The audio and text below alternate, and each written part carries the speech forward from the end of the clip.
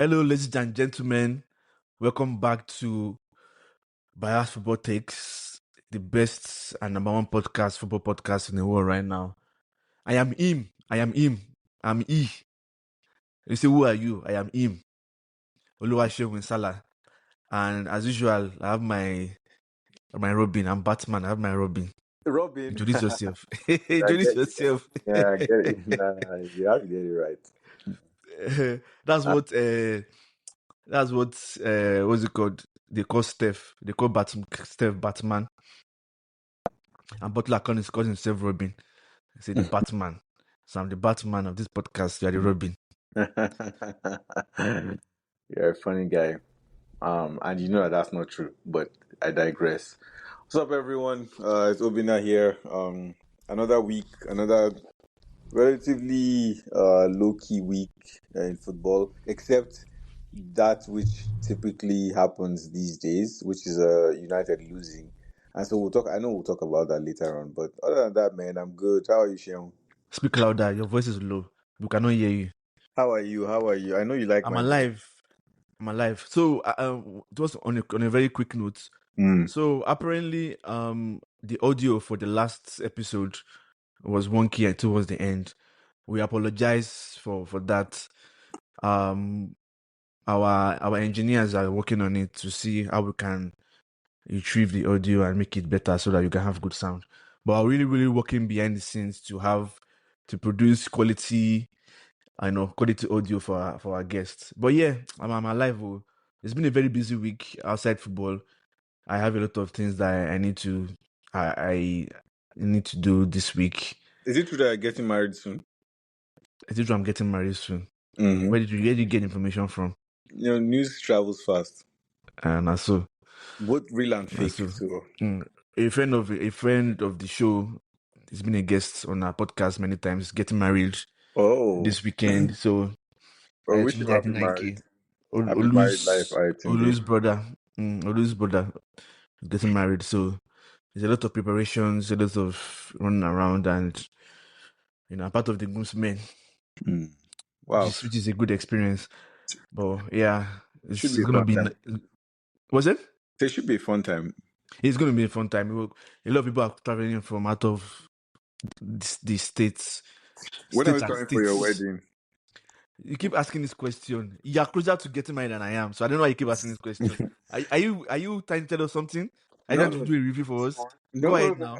I'm just asking when you're getting married. Why are you do the review? You are listening. There's no review. Do the review. There's no review. I'm just trying to get and gain clarity for the listeners. Well, anyway, let's jump right back into the show. Get married before Arsenal wins UCL. What's your song of the week? Yeah, my song of the week. So, Davido just dropped a new album called 5, and there's a particular song I really love on that album. It's by him and Omah Lay. It's called With You. The reason I like that song is because, as I said a few episodes in the past, Nigerian artists, especially the top ones, need to find a way to move away from Amapiano.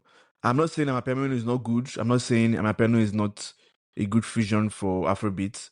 But when everything sounds like the same, because I DJ, and there's a particular place where I get when I'm DJing, where I can literally just not really pay attention to what I'm doing or what I'm mixing or what I'm DJing, and I can go for like 30 minutes with the same BPM, almost the same sound, like it's just straight. There's no change. There's no change in beats. There's no change in rhythm and stuff. I get it. It's easy. I won't say it's easy, but that's the sound that's around right now. But we need to find a way to bring back core Afrobeat. I was listening to Wizkid's album. What's that other one that has Jai Jai? Has what's that of the album again? The album, like it just felt different. It felt like okay, this is music. Ayo album, yeah. Yeah, we need to go back. So this particular sound is sounding like a calypso. That song, the song I'm talking about, Omah Lay, sounds like a little bit of calypso, high life, and Afrobeat. Just something different. I know Davido is like I'm a piano king. I'm not saying king in terms of like he's the best. I'm a piano artist too. But he I'm uses it a saying lot. Yeah. yeah, he loves it a lot. So it was a good I would say good breath. It was a breath of fresh air to have that song on that album. Also, this other song, I like one other song on his album, which is like I'm a piano. I'm sure you've heard about it. Have you listened to the album at all? No, I have not. Oh, okay. Let me see. It's not fun. Font is good too. BDS still is not bad. Yeah, but it's just been only water. I would care, you know.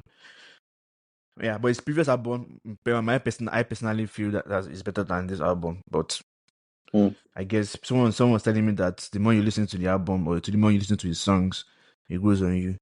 But because I know Davido so well, any of his songs that's gonna be a hit, it's gonna be it from the first listen, like from the first beat that drops. But anyway, yeah, that's my song of the week. How about you now? What's happening in your life? How Man, is work? that's literally it these days, man. Just work. We're 5 days in the office now. 5 years? 5 days in Oh, every. I thought you said 5 years. Okay. No, but my 3 year anniversary is coming up soon.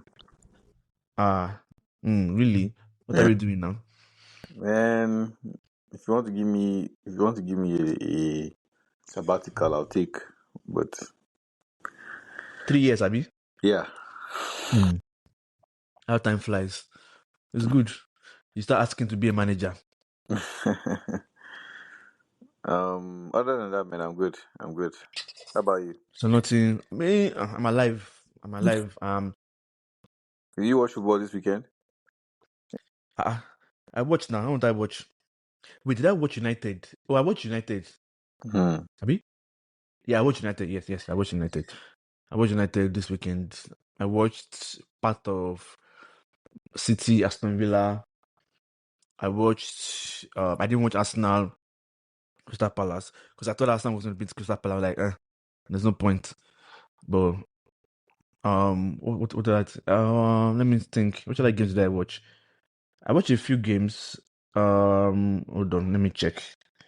Because this weekend was just somehow. And also there'll be a lot of games this coming week. Oh yes, I watched. I didn't watch. I watched part of Nottingham Forest, Spurs Nottingham Forest. I watched part of that on Monday.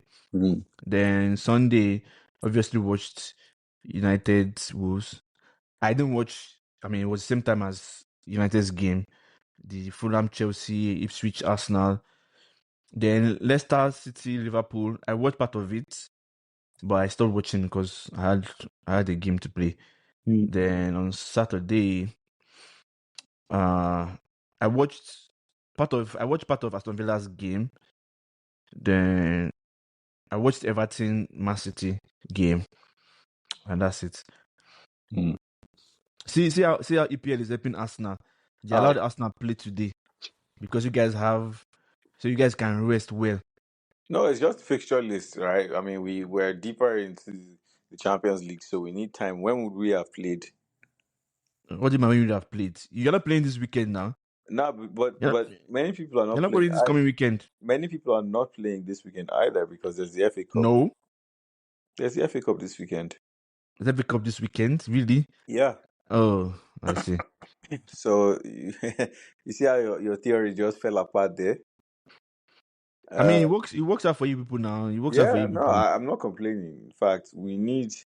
Yeah, Oh, don't wonder. Okay. that's going to be a good game. Yeah, there's Yeah, I FA missed Cup. that. Yeah, there's FA Cup this weekend, I was semi-final. wondering why City played. Okay, that makes sense. Yeah. I mean, Arsenal is out of FA Cup now, so it kind of Even works out for you Crystal people. Palace, they moved. So it was actually mainly for them that they moved the game because they had qualified before we got our Champions League game. So it works out for you people then. Yeah, I mean, I'm not complaining. You have enough rest too, so no excuse this time around. But have we offered any excuses in Champions League, even after our injuries? Okay, do you want us to get into it? Obviously, Yeah. speak louder. Your voice is low. Why is your voice low? I mean, okay. So all right, jump into it. What do you have to say about Arsenal? Okay, As always. so I don't know if you saw the clip that was going around about Gary Neville and Robbie Musto. Gary Neville came to the US Yeah. this week. Is it this weekend? No. Where he spoke 2 weekends ago. 2 weekends ago. Okay, and they asked him a question about Arsenal, and both of them had their own takes. Did you watch the video? I saw it happen live. Yeah. Also, what happened live? Okay, so for those that didn't watch the video, they asked them about how what's their take about Arsenal season, and just general commentary on it.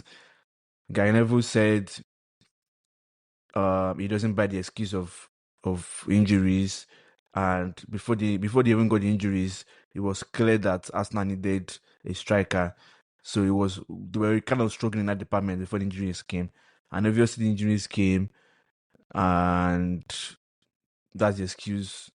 Oh, he didn't say that's the excuse, but No, he didn't. he No, said no, he no. didn't. Mm-mm. So the main headline was that he said that Arsenal have regressed. Oh no. You see, that's the thing. So you see, sometimes when there are conversation around so many things or some things, there's always a nuance to it. So the way you just said it now, obviously would be annoying or would irritate an Arsenal fan that, oh, why would you say Arsenal has regressed?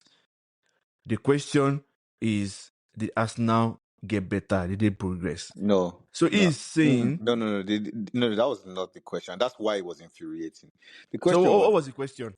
what happened to Arsenal's, or why haven't Arsenal been able to do it this Win season? the league. Yeah, given Yeah. that Man City is having a terrible season, Terrible season, yes. right?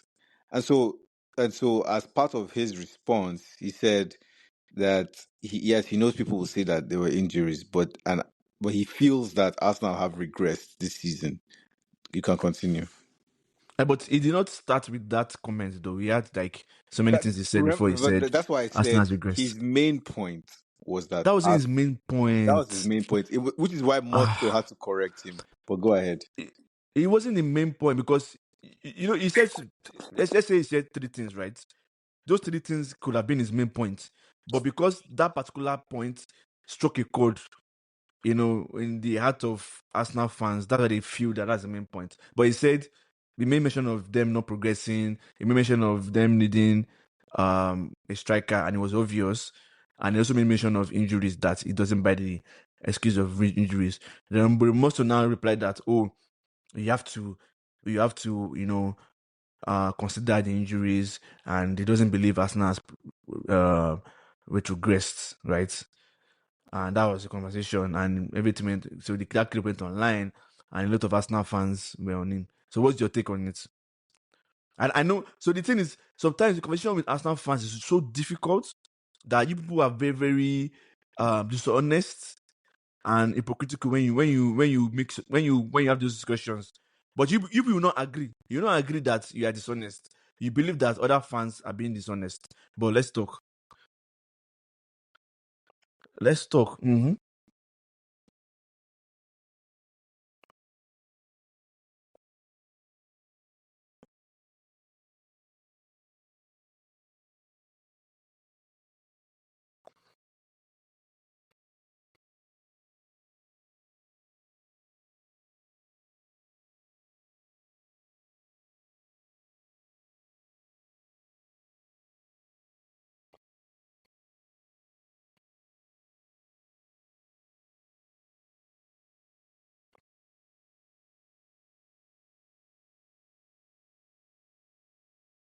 Why you say someone stupid like that? Why?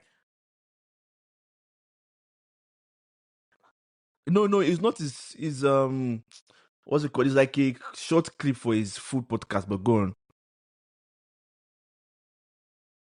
If you don't care about it, then you don't have considered what he said. If you don't care about it, you care about that you're talking about it.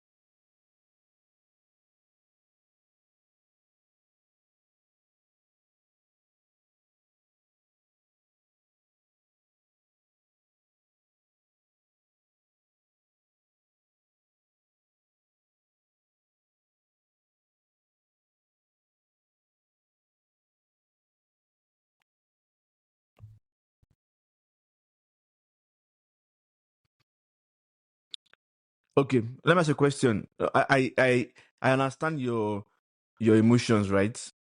What has this said? What has this said? Let's remove if it's not a United. And this is one of my issues with. This is not even banter. Like I mean, I want to have a serious podcast today. I don't even want to banter. This is my problem with. This is my problem with. Hold on, no. Before you say, I'm going to ask a question. This is my problem with Arsenal fans, and I've seen that. I've seen that trend going on a lot, right? You see me come on this podcast, right, and trash everything Carragher says because I believe he's an idiot, right? And but you never see me come on this podcast and say, "Yeah, I said this." Of course, obviously. Hold on now. Hold on now. This is my problem. Let me talk. But you're not Olu. You're Obina. When I don't agree with everything AMI says or everything Henry says, but I still give them like, okay, whenever that they're talking football, you know, they have their days and they have their off days. The same way we have our off days and we have on days where we are on form on this podcast. But I will never put a blanket statement on or all Arsenal legends say rubbish about United. My problem with Arsenal fans is when it comes to any United former United player talking about Arsenal, they feel anything they say, one, is rubbish, and two, is coming from a place of bias, which is not true. Of all the people you mentioned, right?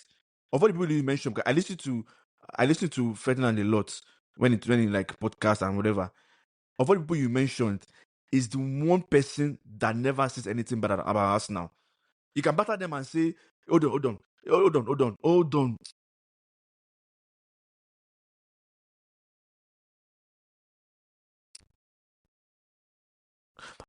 Guy, I'm not about to have this conversation about Bukayo Saka. See, we started from Gary Neville. Now we're at Saka. Let's stay on course.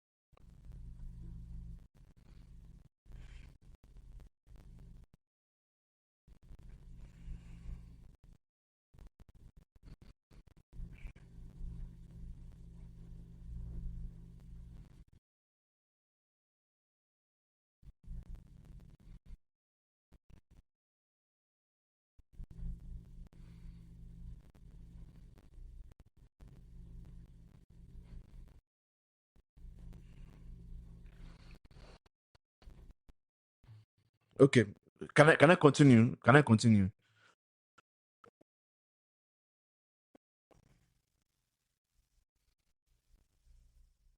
Okay, you were on this show. We were on this show when your brother, who is an Arsenal fan, and I'm sure a lot of Arsenal fans share that sentiment that Timber is the best right back in the world. You were on this show, right? And when I tackled him, he had to change him out that, oh, he meant top 5. But it's okay. My child, see, listen, my child will always be the best child, right? Even if wait now, if my child will always be the best child, even if he fails in his class, he's the last in class. I always say my child is good. So you cannot compare him talking about United players versus him talking about other players of other teams. It's obvious that he's biased.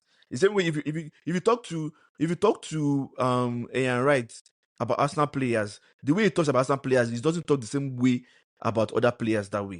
And Ian is one of the It's true. I listen to Ian Wright a lot. But what I was saying before you cut me off, what I was saying about Ferdinand is of all the people you mentioned about United players, ex-players, Ferdinand is he's the one person that never shits on players. He never does it. Never. Like he's one of the players, one of those you want that he bigs up players. It's so bad that even United fans are like, oh, this guy's always pandering. That's the take of Ferdinand. Like he's always pandering. Like when he talk about Rice, it's like, oh, Rice is so good. He's so this. When he talks about Jubelium, oh my god. It's almost as if he wants to put Joe Bellingham's pants down and give him fellatio. So him saying that about Arsenal, first things first, is his opinion. If you ask me who is the best team in Champions League, you expect to say a team that you like or a team that I personally find interesting. He can say any team he wants. It's his opinion. So why must it be that he picks PSG? And that's the problem for you, because in his own statement he said so far, I don't see anything wrong with it. Is it true that he wants to see how Saka plays against Nuno Mendes? True, sure. He wants to see it because he saw how Nuno Mendes locked down Salah, right? If it now happens that Saka now has a good day against Nuno Mendes, and he now comes on the podcast and say, oh, Saka didn't even try, then yes, you cannot say, oh, what he said was rubbish. He said his best team in Champions League is PSG. The worst team they can face is Arsenal, which is true, because I've said it on this podcast that, oh, I feel that this matchup might be bad for PSG, even though I wish it was another person I was facing. I wish it was Aston Villa that was facing Arsenal. But it's just like what you said is not a bad thing. Like, it's his opinion.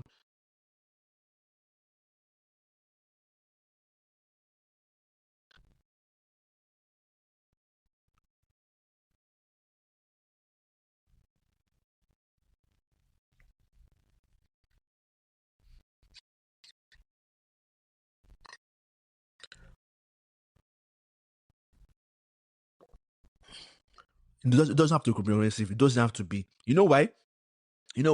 I'll give an example. Hold on. It doesn't matter. It doesn't. See, I'll give an example, right? When Argentina lost to Saudi Arabia, weren't you concerned? You were not concerned. Okay. Anyway. Okay. So here's the thing, right? Teams become good, especially in tournaments, like cup tournament. The way they progress, they can start horribly and eventually become good, right? And what he's saying, I might not agree with it, right? I don't think PSG is the best team in Champions League this season. In fact, I don't even think I can pick a best team. But Liverpool might have been the best team, might have been, if they did not lose to PSG. However, Obina, if someone says my best color is yellow, you cannot fight the person and say, but red is very, very, what's the word now? Innocuous. You can see red everywhere. How is it different? It's his opinion now. Why are you fighting about his opinion? He said, I think PSG is my best team. PSG is my best team, the Champions League. How is that encompassing?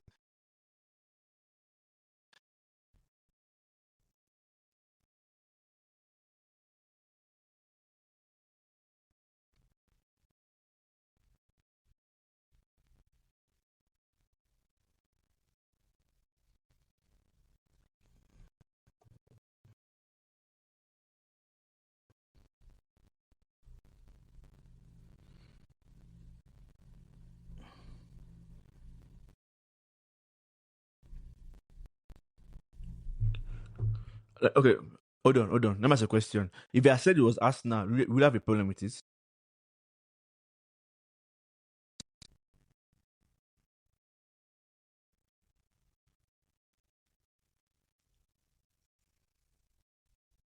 Oh God. You digress because you just wasted a lot of 20 minutes talking about something that we're not supposed to be talking about. I'm talking about, I asked you a question about opinion about Guy Neville. You carry me all the way to Saka. Saka world class. I'm not having this discussion about Saka being world class. We discussed that so many times that it's tiring. There's somebody asking me who is the best between Ronaldo and Messi. Like in the big 2025. Right? I'm not answering that question. I'm not. Anyway, so back to what I was saying about Gary Neville and his comment. And I said it earlier at the beginning of this conversation that anything that has to do with United legend and them discussing about Arsenal become like, they become, I don't know, emotional. And in the same way, something happened. Henry was describing how Euro was looking for offside when they scored was one of those games, and United fans were going on that. Oh, why is Henry behaving this way? That they bought Sky Sports that they removed the video. Yeah. In my opinion, I'm like, what's so special about what Henry said? Like, what is a big deal about what he said? Like, he's not mocking him. He's like saying, why the hell are you looking for offside after you've scored when you can clearly see it's not offside and they scored you?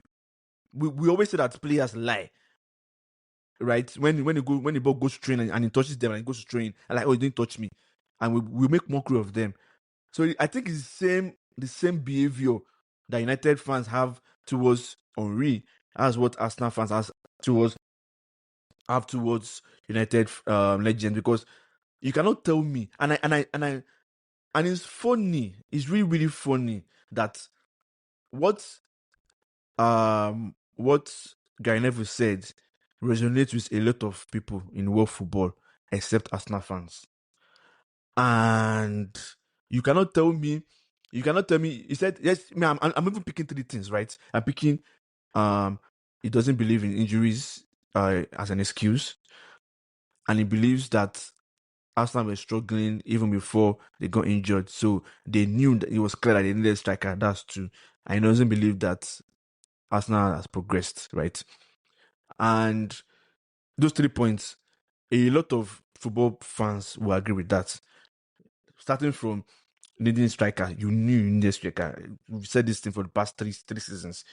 Injuries is part of the game. It's unfortunate that you are unlucky. It's part of luck and unluck is unlucky, whatever, is it unluckiness or unlucky or whatever the word is part of the game. Because if you are using injury as an excuse, a lot of managers will still have their jobs. A lot of managers will have their jobs. For example, Angie has lost 18 games, highest ever in EPL for Spurs, and they've lost the teams that have lost more than them are in relegation, right? And he had a lot of injuries. He can also come out and say, "Oh, I had a lot of injuries, so don't sack me." We had a whole season of Ten Hag telling us about injuries, and we're like, "No, we're not listening to injuries." So I don't know why when it comes to Arsenal, it's an excuse, right? In terms of progress, it's nuanced. If you are second for 3 seasons, or you're second for 2 seasons, and the team that has clearly stopped you from winning the league decides to become rubbish in the 3rd season, and everybody believes, okay, now is your time, and you now decide not to win it, and you decide to become second. If you believe that's not being retrogressive, if you believe that's not lacking in progress, that is fine. But you cannot tell me that's not stagnation, even to begin with, because we are just in the same position. So those 3 points, I don't think is out of order.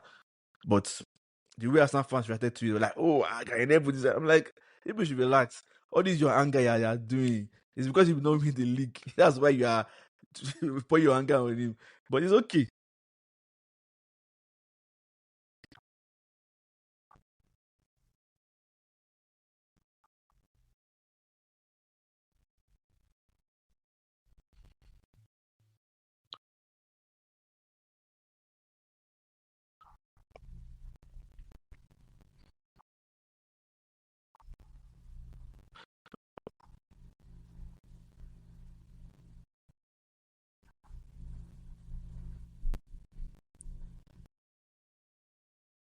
I mean, if you don't have legends now, if you, I mean, if you have people that have won at least three EPLs, your players will be on our screen now. Unfortunate, you don't have three.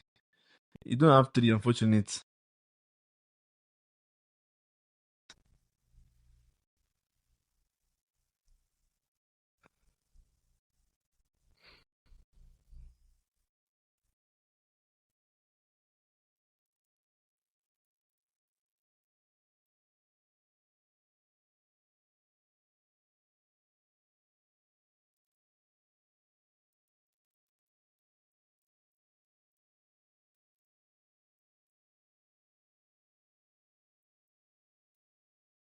Is Karaga a United player,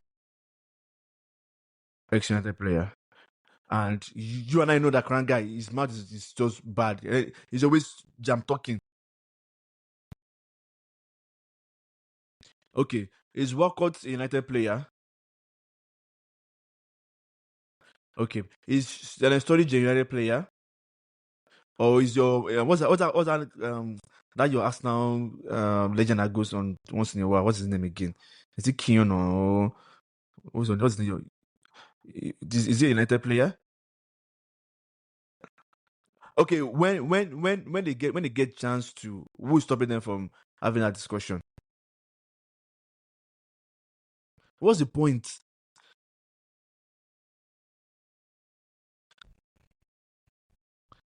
I don't agree. I do not agree. In the same way, you're not going to talk about Ipswich. In the same way, you're not going to talk about Ipswich. In the same way, you're not going to talk about when Burnley was struggling. It's not the same way. Burnley is usually relegated. Hold on.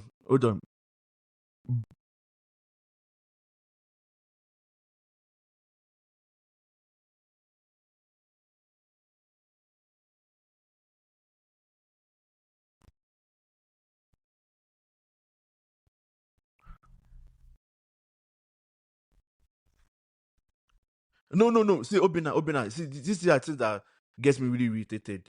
You're mentioning someone that is handling a terrible team. You said it's a let's has been terrible under him, which is fine. It's true. But someone that handling a terrible team, right, came in and tried to like stabilize them and try to keep them afloat. Which is, we are okay to criticize him. He did it. He's done a terrible job there. It's not up for debate. But you literally had someone who brought a team up, relegated them, and got a Bayern job. Do you know how crazy that is? And nobody said anything. None of those pundits said anything. They're like, oh yeah, like he deserves to go to Bayern because he plays fancy football, because football is fine. So the reason why I'm talking about him is not because he's a United legend at all. You should go and talk to the producers that give them talking points. If the producers are the ones giving talking points and they decide not to talk about it, then it's their choice. When your legends that are not United, former United players go to the studio, who's stopping them from talking about Leicester City and Van Nistelrooy? Nobody's stopping them because the United legends are not the producers. But anyway, it's enough about Arsenal talk. Let's talk about something better with life. So part of the fallout from the Madrid Arsenal game is there's still discussion around it. And one of the things that we discussed on this podcast last week was if Ancelotti was good tactically. And I had people call me and message me to say they had observation, towards what you guys said about Ancelotti not being good tactically. Or not being great tactically. That's the word. And they were like, we need to go and check history. Because when he was with Parma, AC Milan, Juve, Chelsea, it was clear with the way he wanted to play. And the discussion is always around when a manager gets old, we always assume that they've lost it tactically. But we forget that the managers are old with experience. They might not be very, very rigid with their tactics, but because they know about football so much that they know what might work and what might not work. And the same thing that happened with Ferguson, because as Ferguson grew older, he moved away from quote unquote quotes being on the touchline, talk about, oh, you pass the ball this way, pass the ball this way. But because you understood football so much at that age, he knew what was going to work. He knew the person that was going to work in different situations. And the same thing Ancelotti is suffering from. That's what the person told me. And I kind of agree with the person because we tend to think once a manager is old, he loses his tactical nuance. And it's funny because even the new managers that are out there, they're not doing extremely well. They're not doing extremely better than the old ones that we think are not good tactically. So that's the feedback I had.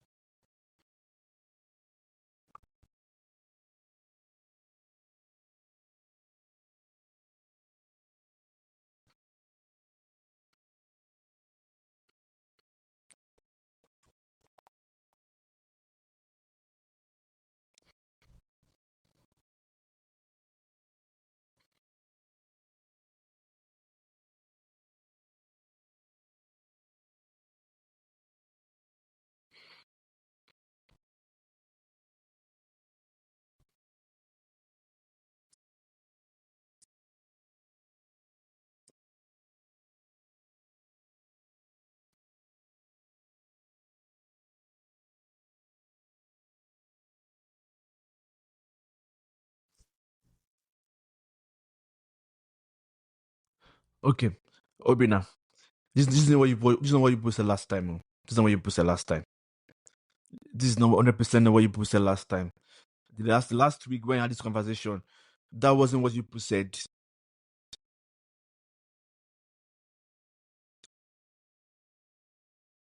That's not what you said last week. Oh. That's not what you said last week. Oh. No. I wasn't about the points, and you and Olu, in your usual manner, started saying a lot of things that were outrageous.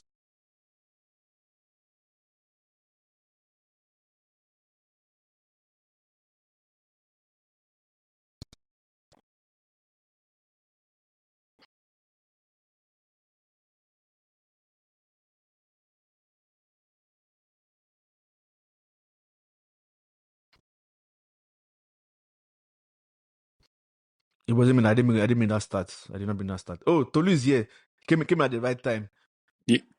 Everyone, Tolu Afolabi, we decided to drag him from his ruins, from his what you call wearing black and mourning, putting ashes on all over his face. The way Igbo culture mourn their dead. You have to like motivate him to come up and say your fans, you're beginning to gather, fandom. I do. Cult followership. Okay, They're like, that's good. we need Tolu to come now. Like, why will he lose and run away now? We need him to come run and away. give us, First of all, we don't. welcome. Yeah, we don't. Thank you. First of all, what's up, guys?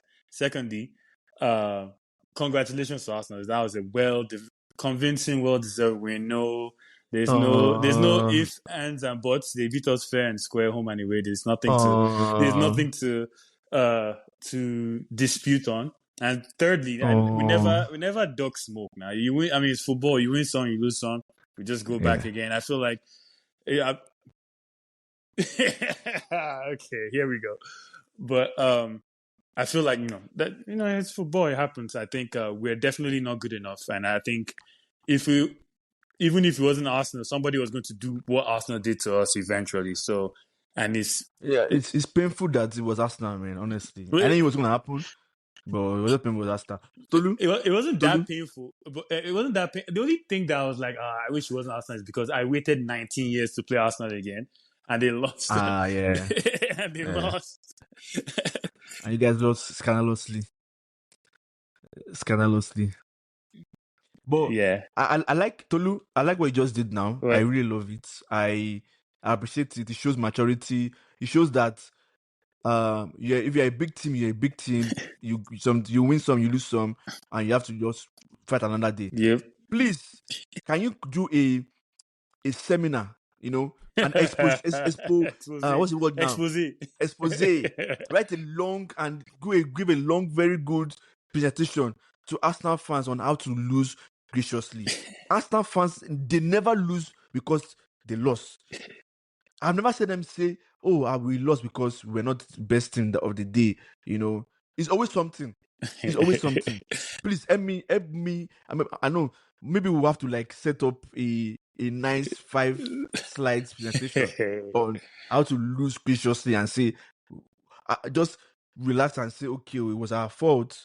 On the day we're not good enough, and last time was better. I'll let Obina go first because Obina has the right to respond to that.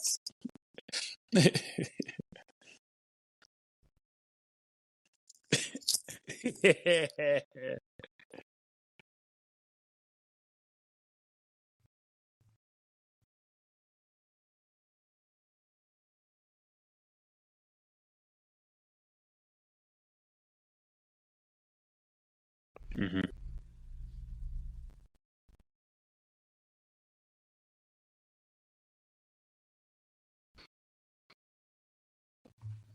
Mm-hmm. Yeah. Jaws. Yeah. Do you want to ask something like this to you people? Did you lose the game or something happened that you guys lost the game? What do you mean? You mean United in FA Cup? No. Aston Villa versus Arsenal. Aston Villa. Really? You played better than Aston Villa? Ah, my God. Okay. I mean, It's okay. even if you don't think they played better than Aston Villa, no, I think what Obina is trying to say is Arsenal hasn't been outplayed.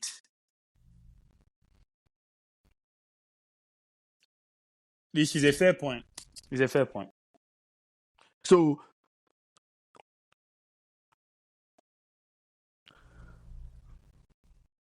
that's see, Tolu. Yeah. My problem with when you're having a discussion with Arsenal fans is they derail the conversation from what the original topic is. I'm not trying to break down. Hold on. I'm not trying to break down your attack, your midfield, your combination. Hold on now. I'm not trying to break down your attack, your combination. See, no matter how good you are on a day, if a team beats you and they beat you, say, because of red card or over penalty or whatever, right? Mm-hmm. Sometimes be gracious and say, yeah, it happens. We lost the game. Let's move on. Arsenal fans would bang on it that, oh, it's red card, it's a penalty. Oh, if they have put that foul in the throwing, if they are giving us throwing for that particular throwing, we'll have even when they lost, even against Arsenal. Hold on. Okay. Yeah.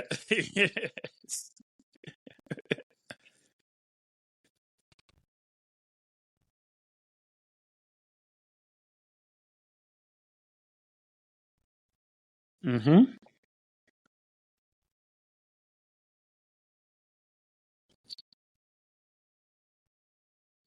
3 seasons is a stretch.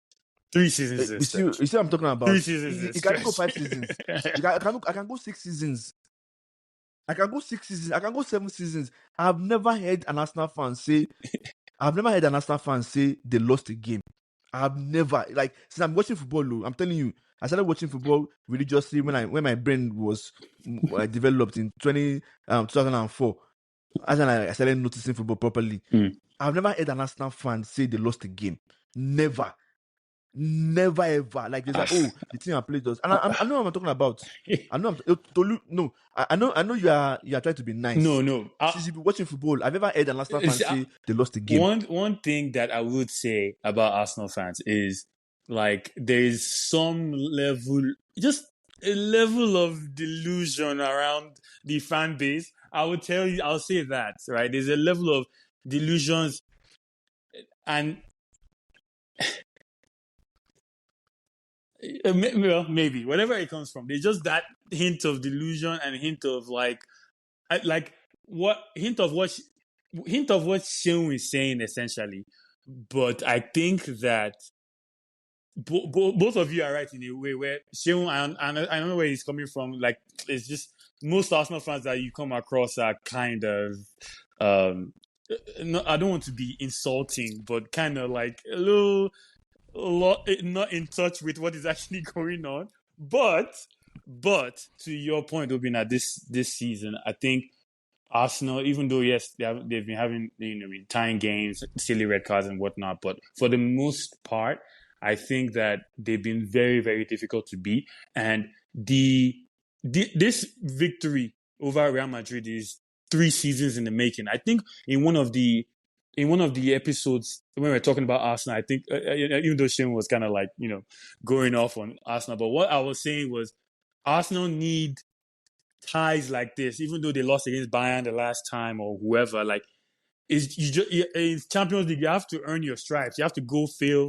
learn, go fail, learn, go fail, learn. Like, you just have to keep going. Then it should just break for you. And I think, again, for that team, that convincing victory against Real Madrid is only going to teach them, not only in the league but in the Champions League, because you have to play differently in the Champions League. You can't go and be playing like Premier League football in the Champions League. You get to a point where it will show. Look at City when they first lost the Champions League final against Chelsea. Chelsea played differently. Like, their style of football translates to Europe as well. And City, they had to, like, if you look at the games, the Champions League final City won. They played completely unlike City and they won that one. The one that they played like City, they lost. So I say all that to say, like, Arsenal are, I think, finding different ways to win, and that habit will only take them further. They just have to keep at it. Okay, thank you very much for that. Please, let's talk about Real Madrid. I don't want to talk about Arsenal anymore. So from the game, I've seen a lot of fallouts. Yeah, I've seen a lot of discussions. I've seen a lot of suggestions. Yep. Per usual. I mean, it's Real Madrid per usual. It's normal. It's normal. I want to know your take about some of those things. I will start from let me start from Ancelotti. Yes. Do you think we're having this discussion before you came in? Yes. Do you think it's time for him to leave? Me, I am not a reactive person. I want him to stay because I'm erring on the side of caution. I'm not going to be reactive. Okay, we are having not so great season. All of a sudden, it's trash. I don't think of the game like that. The only person I will confidently replace him with is Zidane. That's the only person. Like, I'll be like, okay, I know what I'm getting. Like, because Zidane has done 2 stints and both of them were very successful. One, obviously, very successful. The other one, even though he didn't win the Champions League in the second stint, based on the injuries we had and that the team we had, to win the league with that team and to get to the semi-finals of the Champions League, losing to Chelsea with that team, was a feat in itself. So, to answer your question, I'm not ready to let Carlo go. Yes, he did some of the decisions that he makes I don't agree with. But yeah, no, I'm not that reactive. I mean, I think managers are crazy generally because Nottingham Forest, they play 4-4-2. And now they want to face Aston Villa that is very, very direct, like the same way they are, and decided to play 3 at the back. Who are you talking about?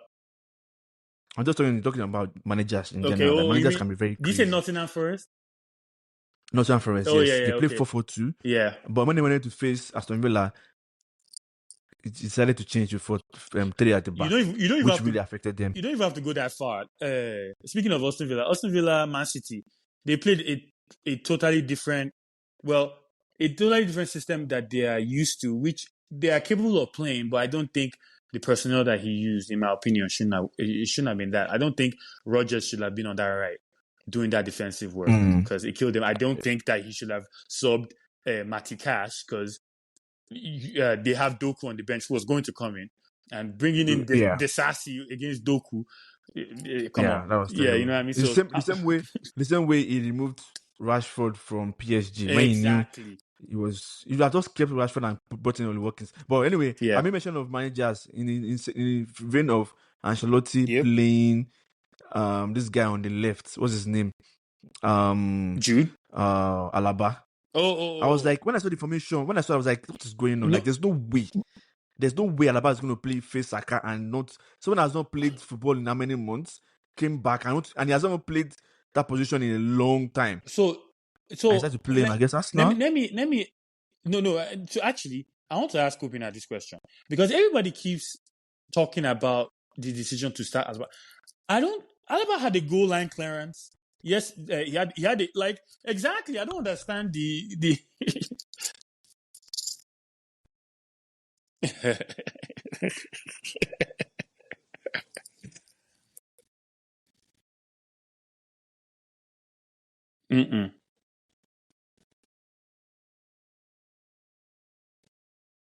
That's not the question. That's the conversation. I don't like this. See, it doesn't make any sense what you are saying. Wait, are you telling me that? Hold on. Don't get me aggravated. Oh my God. Are you telling me that? No, for real now. Are you telling me that because there's no left back that can hold Saka in the world? Now you as a manager, you sit down and say of all the players you have in your team, you now play Alaba on left back. It's like playing, but it doesn't make any sense. But will you play Saliba as left back? Will you play Gabriel as left back? Play somebody else that is comfortable playing on that wing.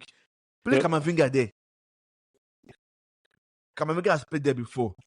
He has played there before.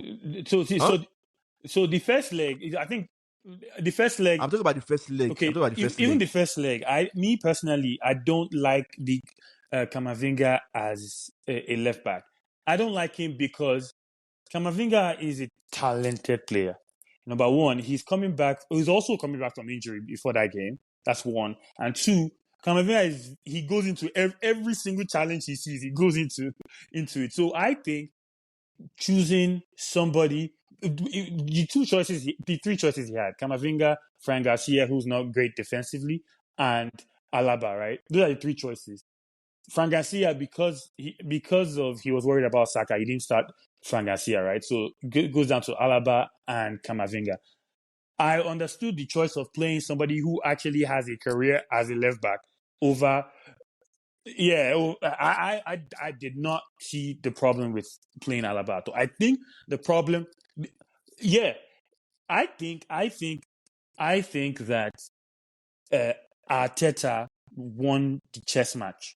I think that, me personally, I think we can go back. We spoke about this. Remember when I told you that I was tweeting at Carlo Ancelotti because he was pissing me off against Man City about this defensive shape of 4-4-2? We don't see when Aston Villa plays, they play 4-4-2 usually, right? Most of the time. They can play defense systems, but most of the time they play 4-4-2 and they defend in a 4-4-2 as well. They can do that because they have two players up top who can have the work rate to also cover the, track back, cover the six, whatnot. Vini and Mbappe are not going to do that for you. So which pushes Jude to the left to be taking him away from his danger point. And then, because Vini and Mbappe are not doing that job, first of all, Partey has time to turn, turn. Partey was looking like Sergio Busquets out there because he had all the time in the world. Not only that, when Arsenal have the ball, Luis Kelly drives into the middle to create an extra overload. So, number one, you are playing 2 in the center of the park versus 3, then plus Luis Kelly. So, I think that's where he lost the game. That's where he lost the game. And you're not playing 70-year-old Modric. No. Again, 70-year-old Modric, because Camavinga was coming back from injury, Ceballos wasn't back at the time. We had to play Modric, and because we're not going to play Lucas Vazquez against Martinelli, that's just not going to happen. So that takes Camavinga out. Takes Valverde out of the situation. So we had to play Modric. I think that Arsenal are still a better team than us at the moment. This is just facts. But I think that we'll have had a better team, a better go at the game if we had played a traditional 4-3-3, have Vini on the left, Rodrigo on the right, Mbappe in the middle, Jude in the middle as well. We played the game after that. Who did we beat 1-0? I can't remember. Bilbao. Athletic Bilbao. No. Bilbao. We played, Alaves was before the Arsenal game, but after the second leg, we played Bilbao. And it's funny, I was saying it. I was like, now that Mbappe is suspended, I wonder what Ancelotti would do. Will he go back to pre-Mbappe formation? Or will he just put Endrick there and maintain the system? Guess what? He went back to pre-Mbappe formation of a diamond in the middle and 2 up top. So that kind of tells you, that tells you the story there, where that game against Arsenal, he was trying to just fit all the puzzles together and it's just not working at the moment. Okay, so now that you said you don't think Ancelotti should leave, what do you think, if Ancelotti stays, what do you think needs to change because people have been saying Madrid has not been good for a long time. Yes. And I keep asking that at what point did you decide that they're not good? But that is a conversation for another day.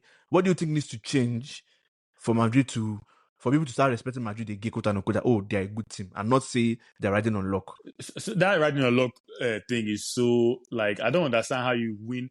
They say that about Real Madrid. They say that about our managers. It's just part of the game at this point. But to answer your question about what we need, number one, we need another right back, because having Lucas Vazquez as our secondary right back, now that we needed somebody who actually knows how to play right back to play more, is just, it seems evident. 1. 2, we need another centre back. This season, to be fair to Real Madrid and Ancelotti, this season we lost Militao for all season. We lost Alaba for most of the season. We lost Carvajal for all season as well.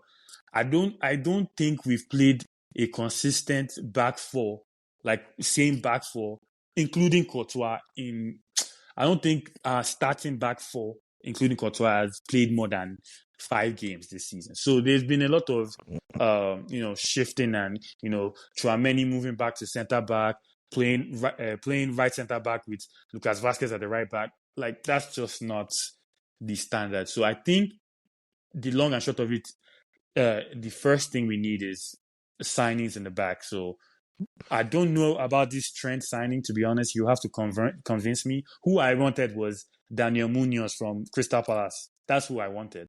But any other right back, I think, will do. Centre back. That's 1. And 2, just time. I think I believe in Carlo, even though he, again, frustrates some Madrid fans, but I still believe in Carlo. He has delivered us 3 Champions Leagues. I mean, league titles and Copa del Rey. He obviously knows what he's doing. I'm not that reactive. But to answer your question again, signings. Okay, so you didn't mention the most important position I feel you guys need, a replacement for Cruz. You didn't mention that. I see. So again, I see all. I mean, I just look at the game differently, right? I think that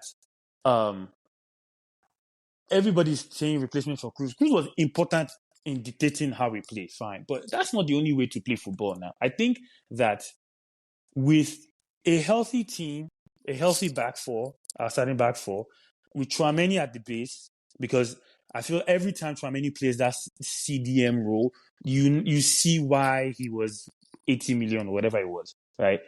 It's Tchouaméni at the role.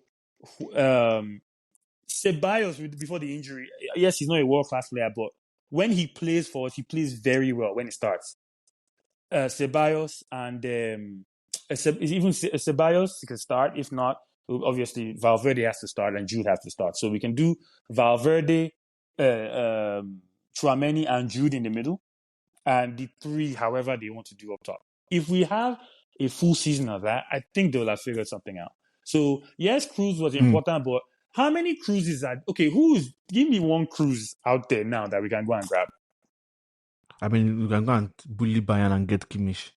Yeah, Kimmich is not the level of Cruz. Kimmich is a good player, but he's not. I'm not saying the level. Yeah, no, I'm not saying. He's not even the same style. Like Cruz. I mean, it gives you. Cruz played something close. Cruz was averaging 95% pass rate. Who in the market does that? Close to that. I think my why I can tolerate the Trent idea is maybe inverted right back, because Real Madrid don't usually play inverted fullbacks. We don't. We play traditional fullback, bombing down the wings. Then the people who invert is our wingers, right? But that's why I'm entertaining this Trent idea, where he can come from the right and go in and do the Cruz thing, right? So because he's the closest thing. I don't think Kimmich is how old? I don't know. I just don't. Kimmich that we played the season before and Vini wanted to kill him. No, I don't want him at all. Okay. I am hearing that you guys want to let Tchouaméni go. I don't agree. Again, all these reactionary decisions, I don't believe it.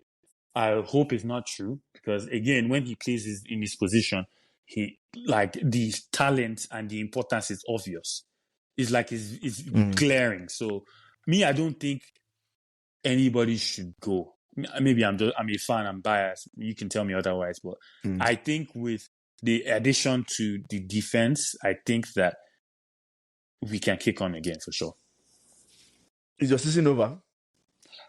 So, if it was any other team, I'll have said yes. But Real Madrid is just a crazy team. Real Madrid, you have to be careful when you predict, because you just never know, right? Okay, the last 2 games after the Arsenal game, we went to pre-Mbappe formation, right? We looked stronger defensively. We kept 2 clean sheets, but you can see we're a little blunt up top, right? So it's just okay, does that mean that one of the front 3 should not start? Or you know what I mean? You just never know. So, but me personally, I think that there's a high chance of one of the front three not starting on Saturday just because of these last two games and how we played.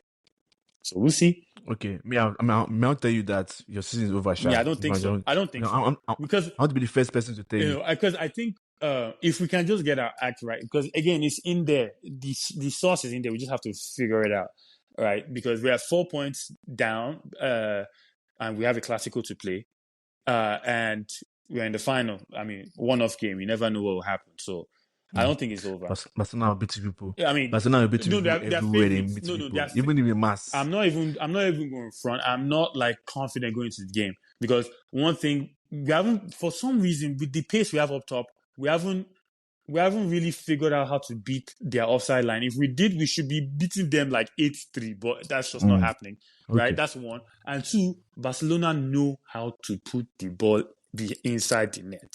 In the net. And they know how to do that very, very well. So I mean,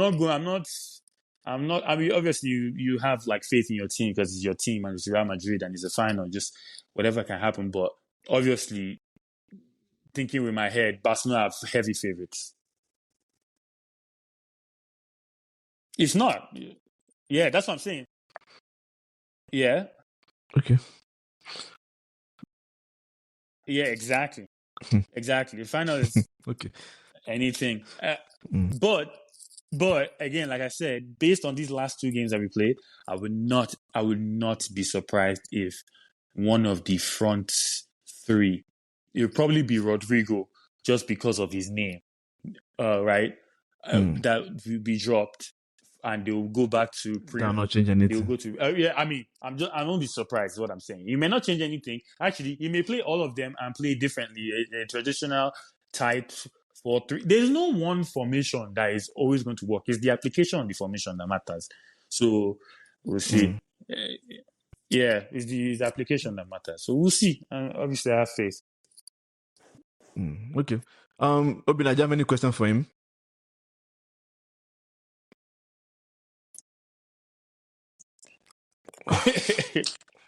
Second one. Let me tell you this. Looking at that game, right? The one thing I was worried about was Arsenal set pieces. I did not think that it was those kind of set pieces that I was going to see. You know what? The second one, like the first one, I'm like, oh, come on, are you kidding me? Like, it had shades of, well, I don't want to say this, so I don't want to be disrespectful to the great Cristiano. But you know how, like, it must have felt that Cristiano free kick, no, not even Porto, against Arsenal, yeah, where you're like, how? That's how I felt, the first one. But the second one, I was like, fair. The third goal was what pissed me off. I felt like if we had kept it at 2-0 at least, or maybe you guys have had hope. we'll have had hope. Yeah. But that third Mourinho, that 3-0, there was no coming back. Yeah, after that. There was no coming back. Yes, it was. And that's I don't think a lot of people are talking about Moreno's performance against the two ties. He was very good. Yeah, it was very good. Obina. See, this is part of the reason why I'm always fighting you. What is the problem now? I just remember now. No. Like, I like consistency. I like when somebody is saying the truth at all times.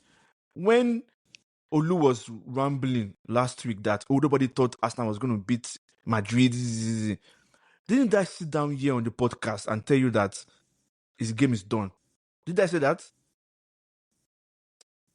That the tie was over from the first leg, about 3-0. Did I say that?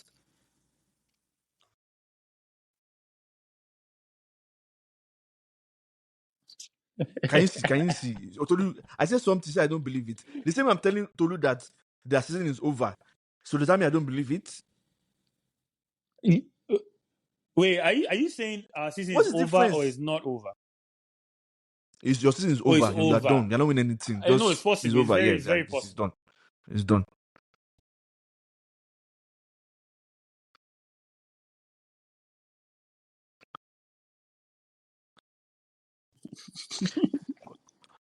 Obina. So that I don't want Arsenal to get to semi-final. It's a different conversation when I said that it's over. Because I was on this podcast saying Arsenal has not considered more than 2 goals since 2023 and 3-0 up.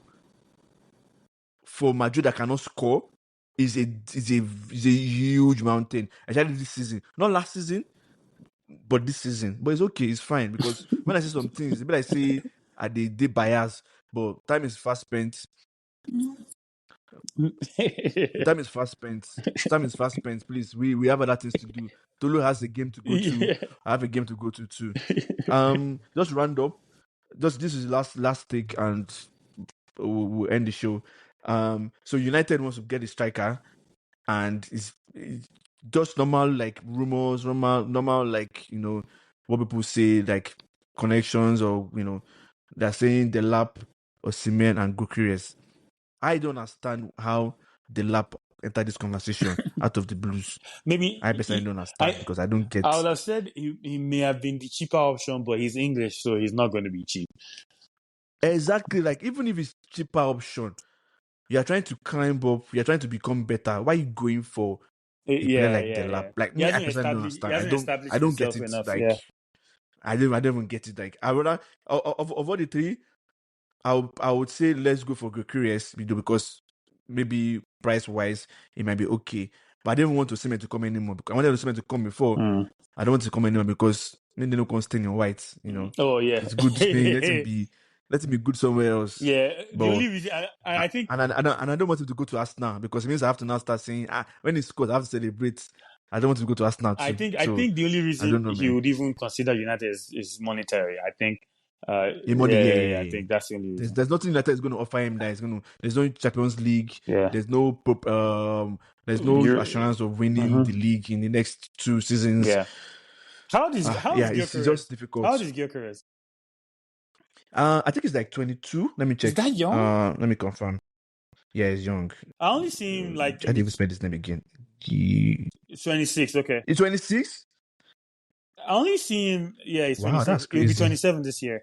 I only see him like in Champions. Obviously, I don't watch the Portuguese league. So no. Yeah, no. I'm not saying. I'm not saying any. I'm just saying like I'll be curious to see wherever he lands to just watch more about him, because I know closely. They were talking a little bit about him. Then City came and he banged the hat trick. I'm like, okay, okay, but.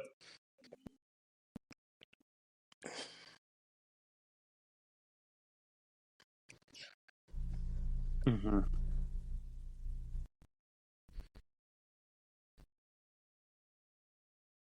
Mm.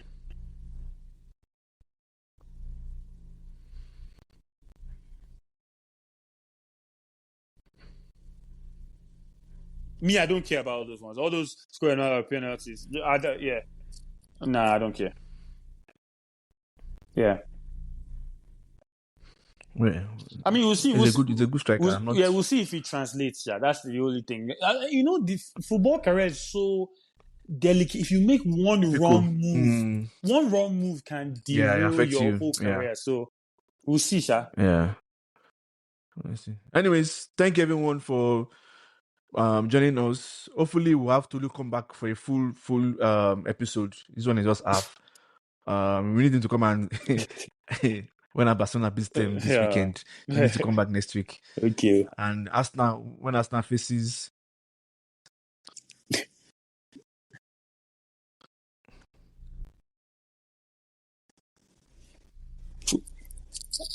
I think I know your question. Yeah.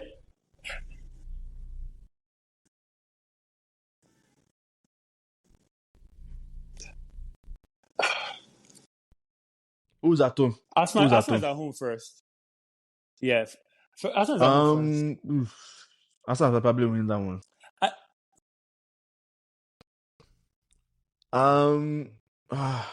Honestly, I cannot answer that question. Bruh. It's difficult for me because hold on now. I see. I'm not even trying to be biased here. I'm not trying to be biased here. I saw the way PSG played Aston Villa, and I lost hope. I lost complete hope that I had in them. I lost it. So, if anything, Aston is favourites. I think Aston will qualify. If anything. You said you're dragging it. Please, there's no time.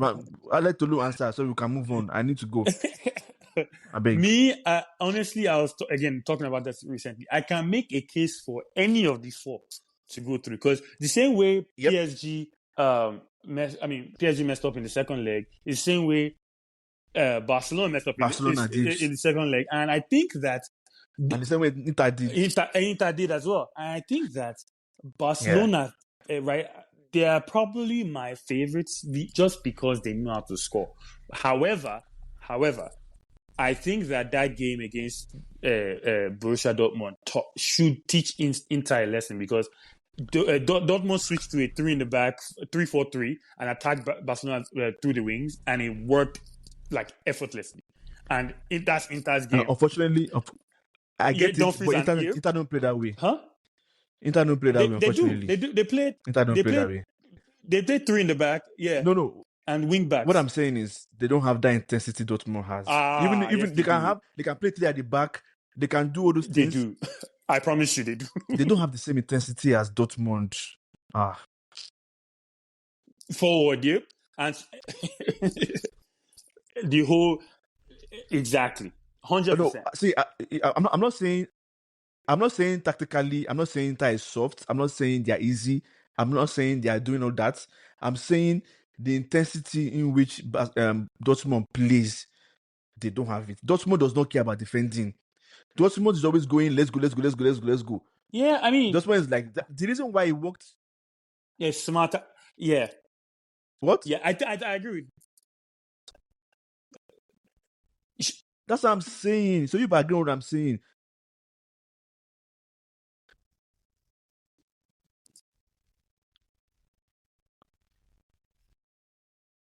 Yeah, I think I agree with. I agree. The only thing I'm nervous. What I'm saying, Sha, but it's okay. The only thing I'm nervous for Inter against Barcelona is Inter don't score enough goals. I feel like if you don't have the habit of scoring goals, you pay for it one stage. Yeah, you pay for it. And it goes back to what I was saying about their lack of intensity. Dortmund, the reason why they score a lot of goals is because they go. They keep going, but they don't care about defending. Inter is more reserved. They're like, okay, we'll catch you when we can catch you. That's the difference. Yep. And I don't think if Inter does like Dortmund, I can bet you that they will concede 15 goals against Barcelona. But the intensity, look, I don't know if you guys watched Barcelona. I was watching Barcelona over the weekend, and I was watching them against Celta. Like, my initial analysis of that Barca-Inter game is like, Barca's high line will be fine. I think Thuram is injured. I don't know if he'll be back. But Thuram and Lautaro are not fast enough to exploit it. Iglesias, that is slower than me, scored a hat-trick with the high line. So that's the only thing I'm like, okay. But other than that, to your point, Sheon, I think that the quote-unquote lack of intensity, same thing with Celta, where they are not like obviously playing fighting fire with fire, would favor Inter. That's what they want to do. They don't. You can do the intensity. We'll just break with our 2 strikers and our wing backs, cross the ball, and Lautaro will arrive late in the box and score. So,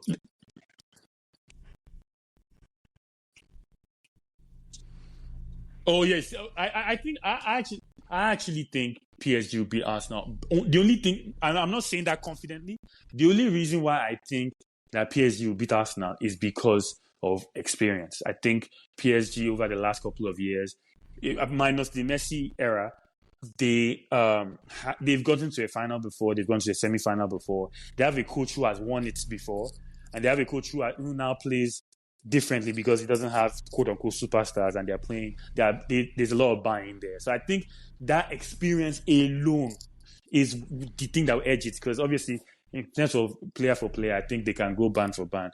But I just give the nudge because of Luis Enrique. Yeah. Yes. The first leg, I think, is going to be a tie. Like a high score tie. I forget who's home first. I think it's Barcelona. I think Barcelona... I think that Barcelona tied that game, I feel like Barcelona would tie that game. But Barcelona can win in San Siro. But I feel like that game will be a draw. I just, again, take it with a grain of salt. But I think they are tough. That's what I'm saying. I think they will tie that game. But we'll see. Going through, that one. You know what? I'll speak from my heart and say Inter because I don't want Barcelona. I'm not going. If they win another treble on my head, yeah. It depends on what Barcelona plays in the first leg. If they beat Inter first leg, Yeah, they're but what do qualifying. you But if think? they What do you lose, think they're the out. first leg will be, though? Who's at home? Barcelona. Barcelona is winning. Okay. Barcelona.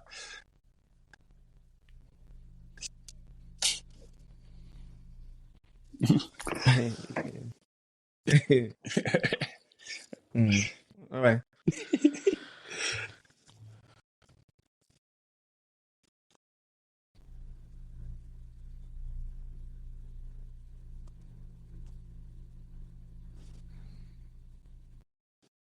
Real Madrid in Nope. Adamas. No, No last words. we win, we lose. Madrid always Very comes done. back.